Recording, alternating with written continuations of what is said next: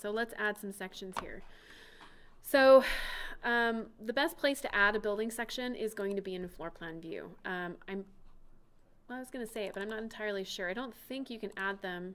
Oh, you can. You can add them in like an elevation view, looks like. But you can do it in a 3D view or, you know, anything like that. And I think it's probably more appropriate to create your building sections like in a floor plan view.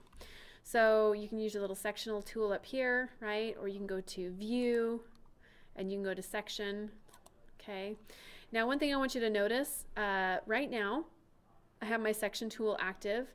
If I come over here to properties, I have 3 different types of sections I can create, all right? And I have building section, wall section, and detail section, okay? So right now, I'm gonna create a building section. And I'll talk about what that difference between the two is in a second. I think I'm going to, I'll just draw, I don't have any windows really in here, but I was thinking I'll probably draw my building section through right here. Click, click. Okay. So when I click on my building section, I have, I have a few things I want you to notice. Number 1, right, is where the head is pointing. So it's pointing in, we'll say, the northern direction right now. If I wanted to, I could flip it very easily, right? I could turn the head off or flip it to something else using that little marker right there. With the section highlighted, I have the ability to change the scope of the section. So if I wanted it to, for example, go like that and start there and go to there, I could do that. Okay. I can split my segment here. I'll come back to that if I in a second, right? But you know how I said, hey, if you wanted to come over here and jog up and go over, you could do that by splitting the segment using this tool. I have my scope of my section here, meaning if I just want to grab a little section but I don't want to see all this stuff back here, I can change the field of vision, right, for my section box right there. So that's pretty nice. Okay, when I create that section, right, I'm going to click on it real quick and just drag my little bobblehead in there, right, so it kind of lines up with my grids. I can nudge it if I want to while it's highlighted with my arrows. So to get it kind of in that perfect spot, I can do that as well.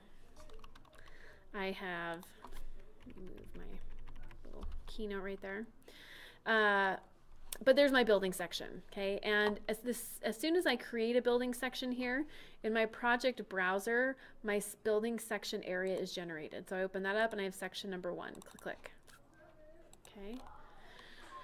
I go to my, look how nice that is, right? How quick did that generate? That would have taken hours before in AutoCAD, and you'd have to line everything up, and if something changed, you'd have to fix it, and you guys know the drill, right?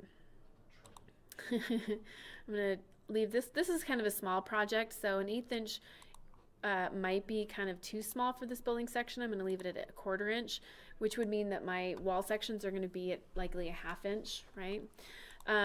But I look here and I've kind of got all the data markers that I want to see, right? I've got everything cut that needs to be cut. I can bring my crop region out just a little bit so that my roof is showing where it needs to show, right? I'm going to turn my crop region off. I'm going to change my detail level to medium so I can see the wall assembly happening a little bit easier, right? This model is incomplete. You guys can kind of see that, of course. But that would be kind of a really good overall building section, right? You may have a couple of little notes on it. You might show the slope of the roof, which if you go to annotate, spot slope, look at how wonderful this is, right? Click, click, look at that beauty. It's not really the typical roof slope sign or annotation, right? But it'll work. So I have my overall building section. If I want to rename it, I can right click, rename.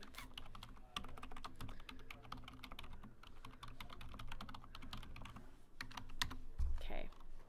Do we manipulate line weights and this like this, or should just be okay. Yeah, TL thin lines, yep. This little guy's not hitting the roof, so I can hit attach top to base. There we go. Yeah. So what you're seeing here is these lines are thicker, right? And these lines are thinner because you're getting, I just had my line weights turned off essentially. All right, so we have our overall building section. And now what I want to do is I want to create a wall section, right? So I want to zoom in, I want to get that extra level of detail, and I want to add my wall section, all right? Now there's a couple ways I can do it. I can use my building section and I can call out on the building section, or I can go back to my floor plan and I can create a wall section on my floor plan. Now if I create a wall section on my floor plan, I'm going to have an extra marker on my floor plate, which I don't necessarily like, and it's also, my wall section may not quite correspond to my overall building section if that's exactly where I want my section to be. So I think if I want my wall section to be this wall right here, I'll create my wall section on this actual building section, right? If I want my wall section to not correspond with my overall section, then I will draw it on my floor plate and make it somewhere over here. Okay, so we'll do both of those. I'm going to go to my building section here.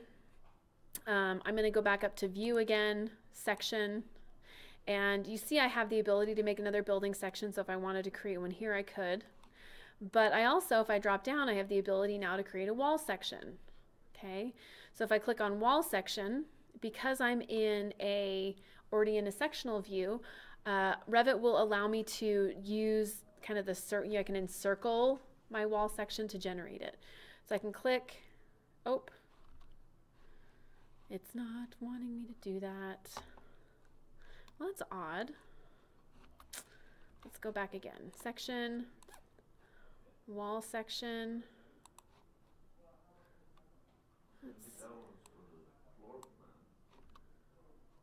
Yeah, but we're in a, well, it should switch, if that makes sense. Let me just try a little workaround here. Okay. So I did something a little bit different. So instead of clicking on section, I'm using a call out, all right, because when I clicked on section, you guys obviously saw that it generated kind of a section marker, and I don't want the section marker, right? Because a section marker will create another section wherever I draw it through, right? So instead of that, I'm going to use the call out instead of section. And because I'm in a sectional view, it recognizes that I want to draw a section, but it allows me to encircle it, if that makes sense. So I'm going to keep it on wall section, and then now I'm going to encircle, which is what I wanted. There we go. That's better. I'm going to drag my little bubble over here. We can take it, you know, make it pretty narrow, whatever, however we want it, right? There we go. Now, what happened when I created this wall section here, right? And let me just, to clarify, I would have created a wall section regardless of whether I used the call out tool or if I had used the sectional tool, right? But what happened when I created this wall section was that a wall section area is now generated in my project browser, okay? So Revit doesn't really, and I think this is a general statement for the whole program, Revit doesn't really, I think, define these things any different than just a section, right? So a wall section, overall building section, a detail section, they're all sections to Revit. So it doesn't really matter to Revit. The reasoning behind having these different kind of designations is so that they sort differently in your project browser, if that makes sense, right? Because you're going to start, it's great, right? So you're going to start getting a lot of different views happening. And what's nice about doing it, having Revit define those differently, even though in Revit's mind they're all sections, is that it's going to organize them differently. So when you start getting a lot of them, you know, it's easier to find them. Immediately I'm going to right click on this, I'm going to rename it, and I'll call this wall section number 1. Okay. If I wanted to create a second wall section, I would go back up to call out again, rectangle, and I would call another one out here. Of course, right, my little bobblehead, however that's going to be. And I get a second one. Right click, rename. Oh, what did I just do? Oh, sneaky. No, that's right. Overall building section 1. Oh, I misnamed it. No, I didn't. It just called it that by, it just defaulted to overall building section. It was trying to predict what I wanted to name it. wall section number 2. Okay, so now if I click on this, I have wall section number 2, and if I click on this, I have wall section number 1, or 1 and 2. Which one's which? What have I done here? Oh, there we go. There we go, 1, yep. So if I click on this, wall section number 1, I click on that one, wall section number 2. There we go. The one that's highlighted is currently the one that I'm in. All right, so I have wall section number 1, I have wall section number 2. I'm going to click on this, and I'm going to go into my wall section. And you see that Revit is smart enough to know that while my overall section was at 1/4 of an inch is equal to a foot, it knows that this one needs to be at least double that scale, right? So it assumes 1/2 inch, which I think is totally fine, right? So now I have my 1/2 inch is equal to a foot section here. If I wanted it larger, I could make it larger, right? First thing I always do is I like to look and make sure my detail level is good so I can see my wall striations, right? In here, if I want to, I can bump out my view just even a tiny bit so I get a better view of what's happening, right? This darker inner line is where the call out is, that circle is on your overall section. And this dashed line to the exterior, right? Have we talked about annotation crop yet? This is a little bit, this is the annotation crop line. Let me show you what that does. I'm going to create a little piece of text here. We'll just do some dumb text. There we go. And there we go. So I'll just create some text, right? Goes like that. And close that out. All right, so I created that text, but I can't see it. And the reason I can't see it is because this, let me just make sure annotation crop is on. The reason that I couldn't see it was because Revit understands that not only do you want to see what is in your the crop for the drawing, yes, but it also understands that you're going to have text beyond that. But it also understands that you don't want to drag this crop region out, right, or this drawing crop region, that's what we'll call it, so that your text is viewable within your view, right? Because the general rule is if my view cuts something off, I don't see it, right? And so what the annotation crop will allow you to do, and in sections it's built in, and if it's not turned on for whatever reason, you can turn it on or off, right? So now you see that I don't have that happening, okay? It allows you to either increase that to allow this to be seen, but it can also work in another way where if there's other annotations out here that you don't want to see, it will allow you to be able to filter those out as well, right? So if I have a bunch of room names in here and I don't want to see those, I could drag that in and kind of crop out those room names that are existing, or I could extend it to see whatever I want to see, okay? So if things are not viewable or being viewed that you do or don't want to see within this region, you can extend this out. And this extension doesn't really affect anything, right? It doesn't include any more of the drawing. It just affects kind of the annotation beyond it. So I've got my wall section here, right? And we're calling out a few different things. And now I can come in, maybe turn off my crop region, and it looks pretty good, right? Something that you'll likely want to do here is add some break lines into your drawing here. And those are detail components, annotate component, detail component. And this is, break lines are usually added, are they usually in here? I can't remember now. Maybe it's always, I think it's in there because I loaded it in mine. If you want to go grab the break line, you go to Insert, Load Family, and we'll go to Annotation, Architectural. No, we won't. Annotation. It's General Annotation, I think. Detail items, sorry. General. Break line. Open. And annotate, component, detail component, and there's our little break line. Space bar, click, and you drop it in, and it's a we've talked about the break line before, right? It's essentially just a little piece of annotation with a masking region attached to it so that I don't see things beyond it. I can click on it and I can change the jag depth. Let's make this 6 inches, 6 inches. That's gorgeous. I can click on it. I can mirror it.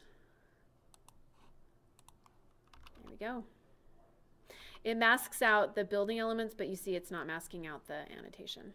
Unless you wanted to, I think you can grab it and choose bring to front. Nope, I guess not. It just knows that it shouldn't mask out the annotation. Okay. Right, then you'd add whatever level of detail you needed to add here, right? One other thing I want to show you about building sections before I move on and forget, I'm going to go back to our overall building section. And actually I'm going to go back to our main level and I'm going to see if we have rooms defined in this model. I'm going to go to architecture, room. We do not, so I'm going to click here and I'm going to add just rooms into each of these spaces. One thing I want you to recognize is that when I add a room into a project, it becomes a volumetric object, right? So it's not just a piece of annotation sitting on the floor plate. Room number 2, let me grab the actual room tab. There it is right there. Room number 2, the upper limit is, or it starts at level 1 and it goes up to 10 feet, right? So it has an area, a perimeter, an unbounded height, and a volume, right? So rooms are actually 3-dimensional volumes in Revit. They're not just a piece of text that happen in the model. And what's nice about that now is that since I've created the room, it exists in the model wherever I'm at. So if I'm viewing in sectional view, the room is still here. If I click on tag room, it shows up, right? And I can click and I can place my room tag and you're easily now able to orient yourself, right? So room number 1, let's call this the kitchen. Right, I change it here. Bedroom 1, bedroom 2, right?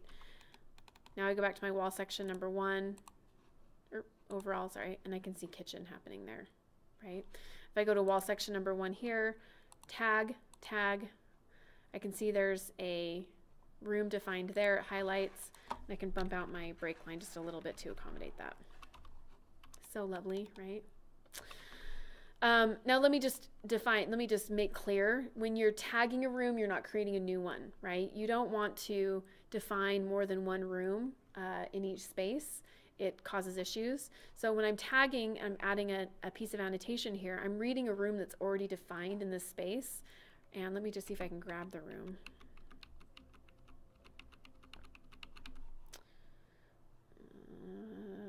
Do not crop. Where is it?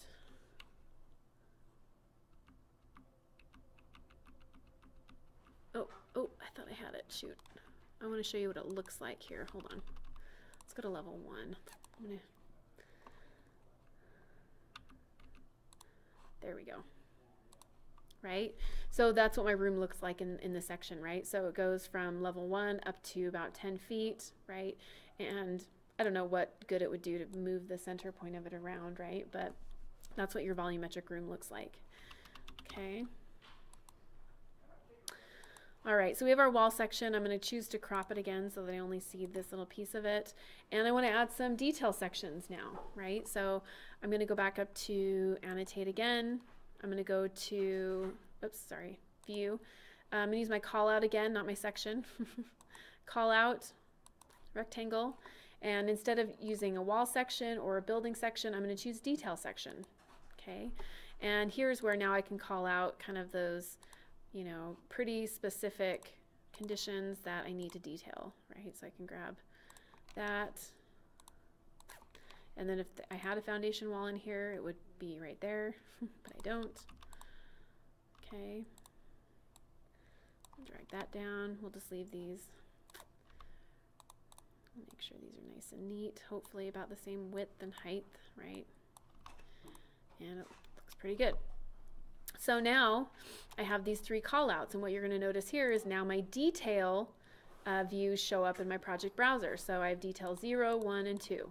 Okay, click on detail 0, and it's just using the model behind it, right, as kind of a base to show you the basic geometry of that detail, right? Which is where the wall would come up, you'd have your eave condition, okay?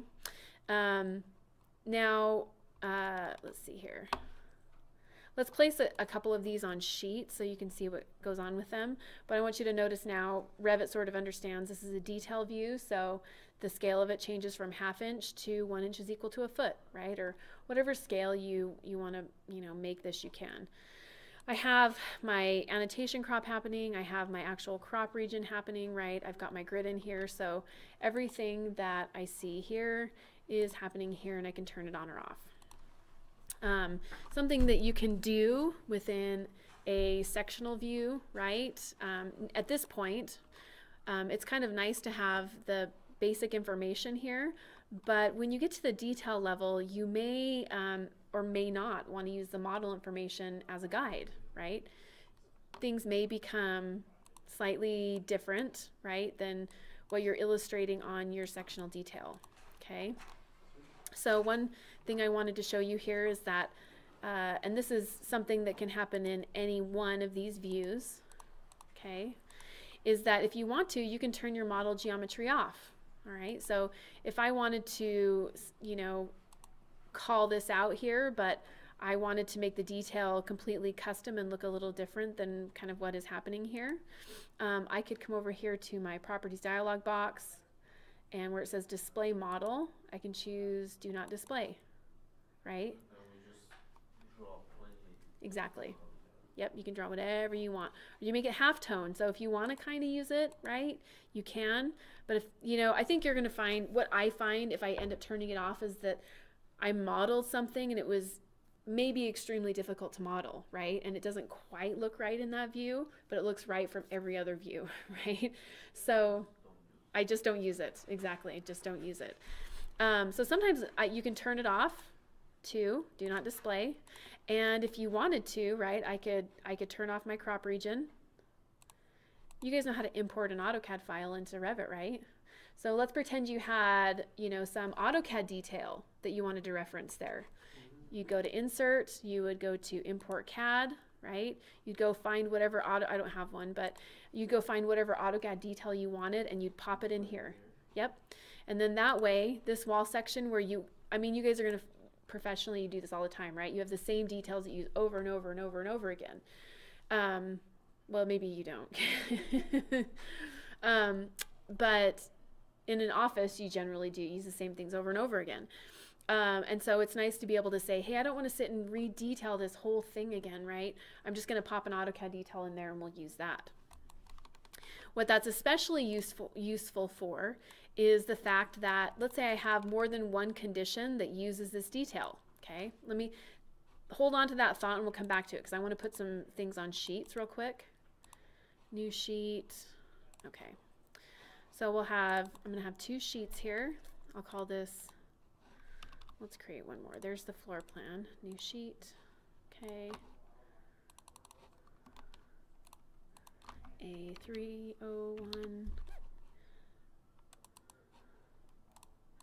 A302. Let me start bringing some of my building sections over onto some sheets. There's my building section. I could put another one here, right? If you have, that one's actually, yeah, that's a pretty good size right there.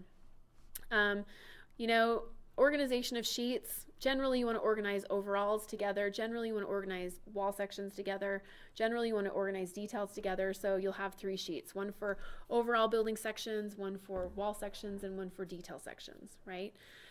If you only have one wall section or one overall and you think, God, that's a lot of space, throw the wall section on there, right? I think, again, one of those drafters that hand drafted 18 million years ago, right? They'll be like, oh, you can't do that. You have to separate them all out. But I think the rules are a little bit more lax these days, right? Okay, this is 1/2 inch, so it's double the scale of that. Building wall section number 2. And we'll just do this for ease of what we're doing for today. Here we go. I like my levels to sort of line up. It's not snapping, so I just nudge it into place. Level 1, top of low wall, right? And then I line my view titles up because those will snap, right? And then if I have room, of course, it's a small project, I'll just drag my details over, right? But again, I stack my details so that vertically they are where they're at on my section. So the top one, the middle one, and then the base. Okay. All right, so all of our drawings are on a sheet, which is lovely. Okay, so you know, I just gave you a little shortcut here and said, if you don't want to have the model shown here, you can come in, you can use detail lines and whatever to create your detail here. And what's really nice about that is that, you know, let's say we have this condition happening here and we used AutoCAD to fill it in, but we also have that same condition happening on this wall section, right? I'm going to click, and I'm going to engage this viewport, right? I've just kind of gone into model space by doing what I just did, which is great. And what I would like to do is, I don't want to draw a new detail for this right here. I want to reference that one, right? So I want to draw this one time and then be able to reference it multiple places within the set, okay? This is one of the best things about Revit is that I'm in my view here. It doesn't matter if I'm on the sheet engaged or if I've actually double clicked on the detail or whatever, right? But I'm going to use my call out. I'm going to make sure it's a detail view. And I always just double check because not that it's life or death, but I like them to sort into the different categories they need to be in, right? But instead of clicking and outlining this new, I'm going to come up here and check reference other view. And this one is 4 on A301. 4 on A301. And I can outline it. Add similar. Or if you don't want similar, you can take it off, right? But is yes, because it's not the original condition, right? When people don't call out and then you're like, this is not It's not identical. yeah. It's a good idea, yeah.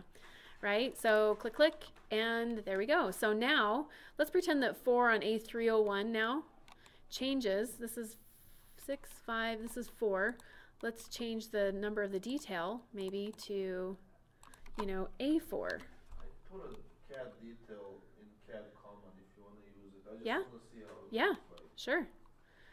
A4, A4. Isn't that magical, right? Isn't that magical? Isn't that nice? All right, so let's go to, this is detail 0, click. So we're gonna go to insert, import CAD. Is it a small detail? Yeah, Desktop, it's- okay. it's fully one. Uh, Just set. So it's under CAD common and arch and fold 20 down. There it is. there we go. Okay. Oh, well, okay. I guess Black and as the call outs that's okay.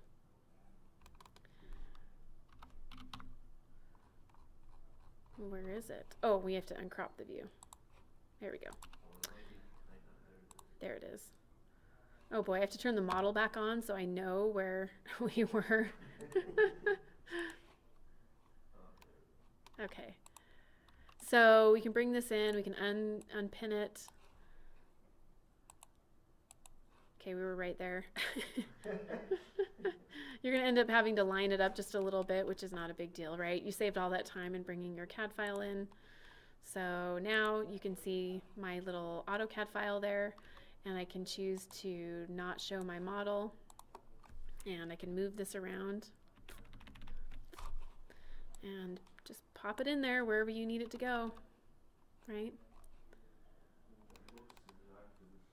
Yep. Yep.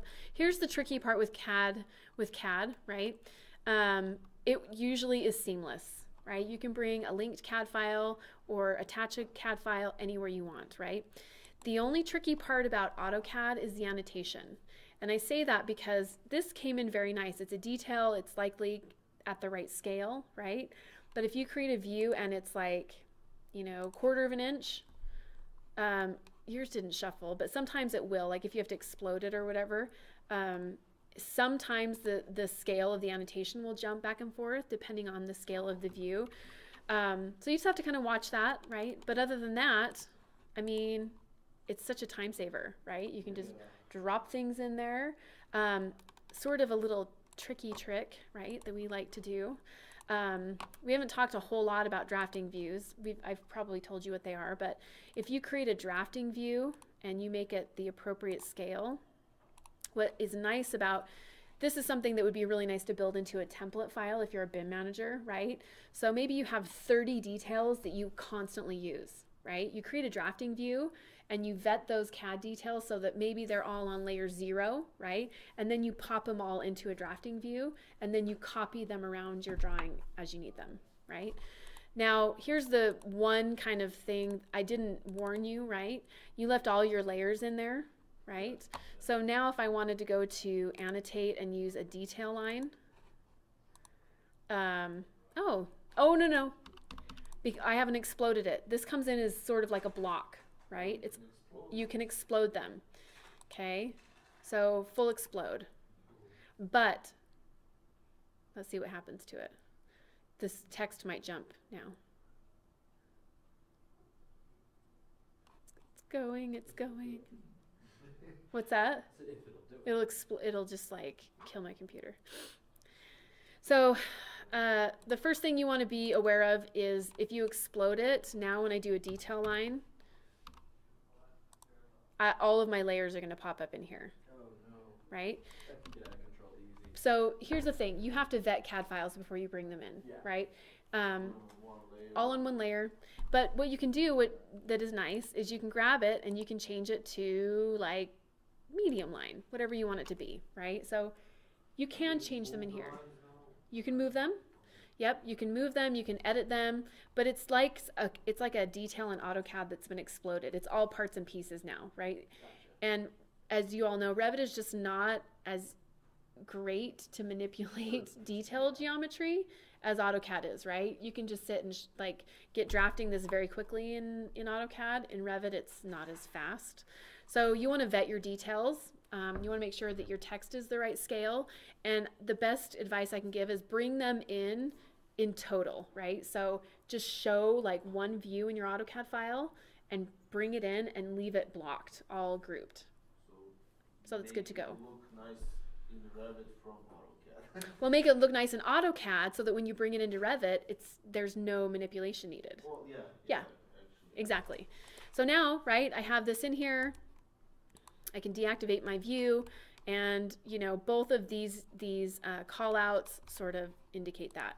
So what's nice about this is that you can still continue to use AutoCAD as a drafting workflow, right, and bring your details in, right? What's good about this is that people who are like, we have 30 years worth of AutoCAD files and we don't want them to go to waste. Giant detail library. Exactly. You can still use these, right?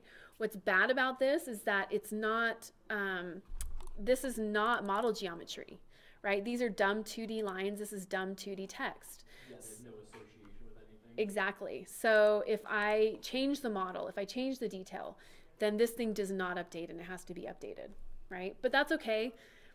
I don't know, I have mixed feelings because If you update it from CAD, right, then it's gonna update here. right. If you link it, yes, exactly. Oh, you have to link it. You have to link It it. doesn't just remember It's where not it always came from. referencing it. You have two ways of inserting things into Revit, right? I can go to insert and I can link AutoCAD or I can import it.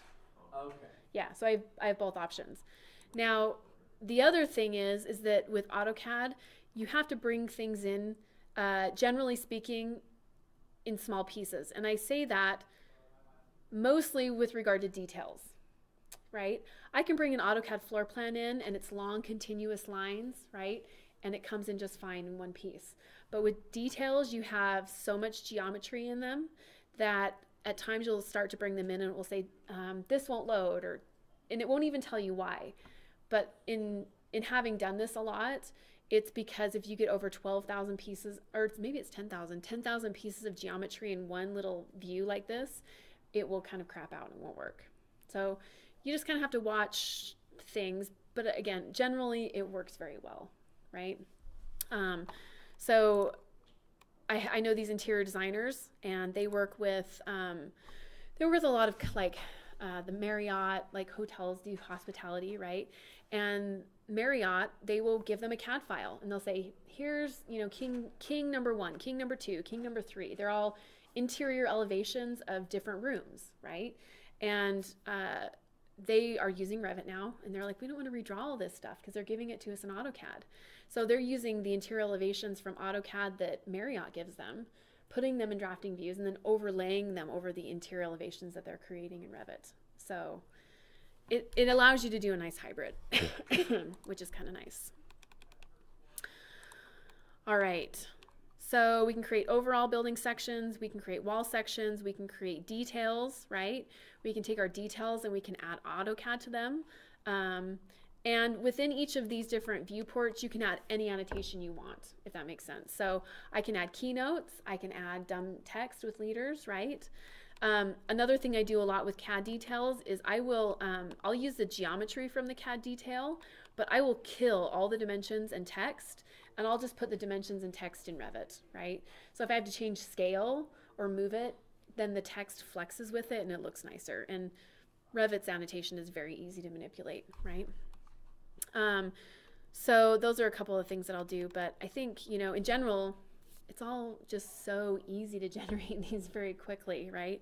It makes it really, really nice. That's the only thing AutoCAD still has an edge over Revit. The drafting Yeah, workflow. the details. Yep. The only thing. Just Yeah. Yeah. Details that people make in Revit are just ugly. You know what the problem is that, like, for this, right? If I wanted to use the model, which is the whole point of Revit, to detail this, if I wanted to show like a vapor barrier or some other type of something over here, you know, let's say the insulation is 2 inches thick. Well, I'd have to draw a line inside here, or, you know, kind of inside here over the top of the material to show like the vapor barrier or whatever, right? It just looks messy. It doesn't look right.